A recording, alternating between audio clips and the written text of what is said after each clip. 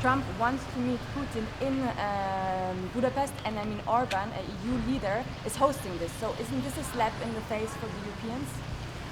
We can combine these two things. One, the efforts of President Trump, diplomatic efforts to achieve the ceasefire and to achieve the peace. On the other hand, we have to hold the principles of Europe that we all agreed.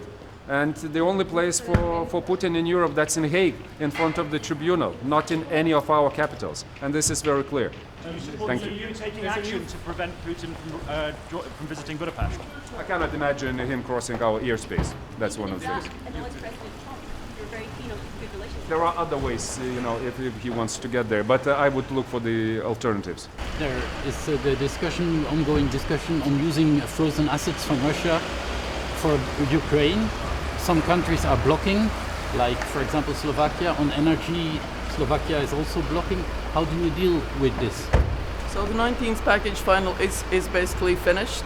There is one country that is blocking it, and that country should not be doing that because it's not connected to the sanctions. It's totally different type of issues, so not acceptable for us. We are not hesitating to raise it with it. And on frozen assets, you expected a on frozen assets, again, politically, everybody understands that those assets won't be going back to Russia. So the question is, how do we really ensure the practicalities around it with minimum risks to the member states, but the efficient use for getting Ukraine what it needs.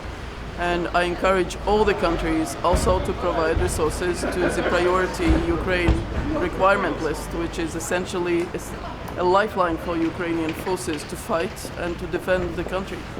And there are only very few allies who have given, Latvia is one of those, who have given resources to that list.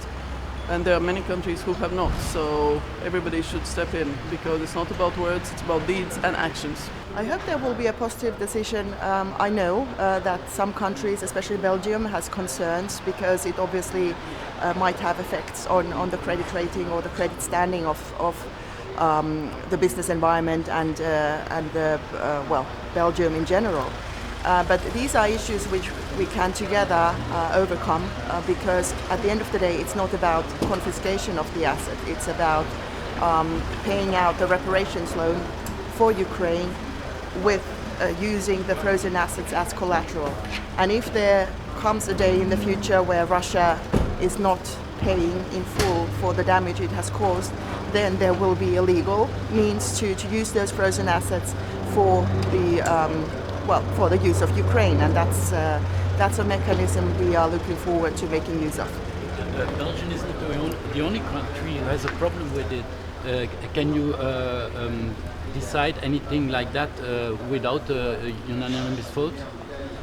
We are discussing this together with our Belgian friends and obviously with the other countries also involved. Of course, this is not an easy matter, and we will have to take, we will find legal means to really make use of those, and I'm sure there will be a consistent way which will not damage the credit standing. On the very contrary, because at the end of the day, this is about convincing Russia to end its illegal war, and legally there are ways to tackle that by, for instance, using the frozen assets of Russia without confiscating them.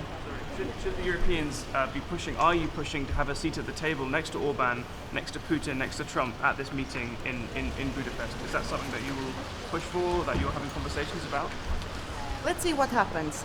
But of course, if there's anything on the agenda what concerns in Europe, but certainly what comes to the security situation in Ukraine, it most definitely concerns Europe, then Europe should be making its decisions as well.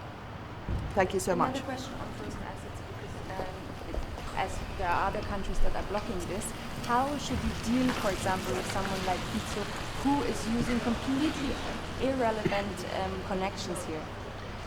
There will certainly be ways to bypass that as well. Thank you.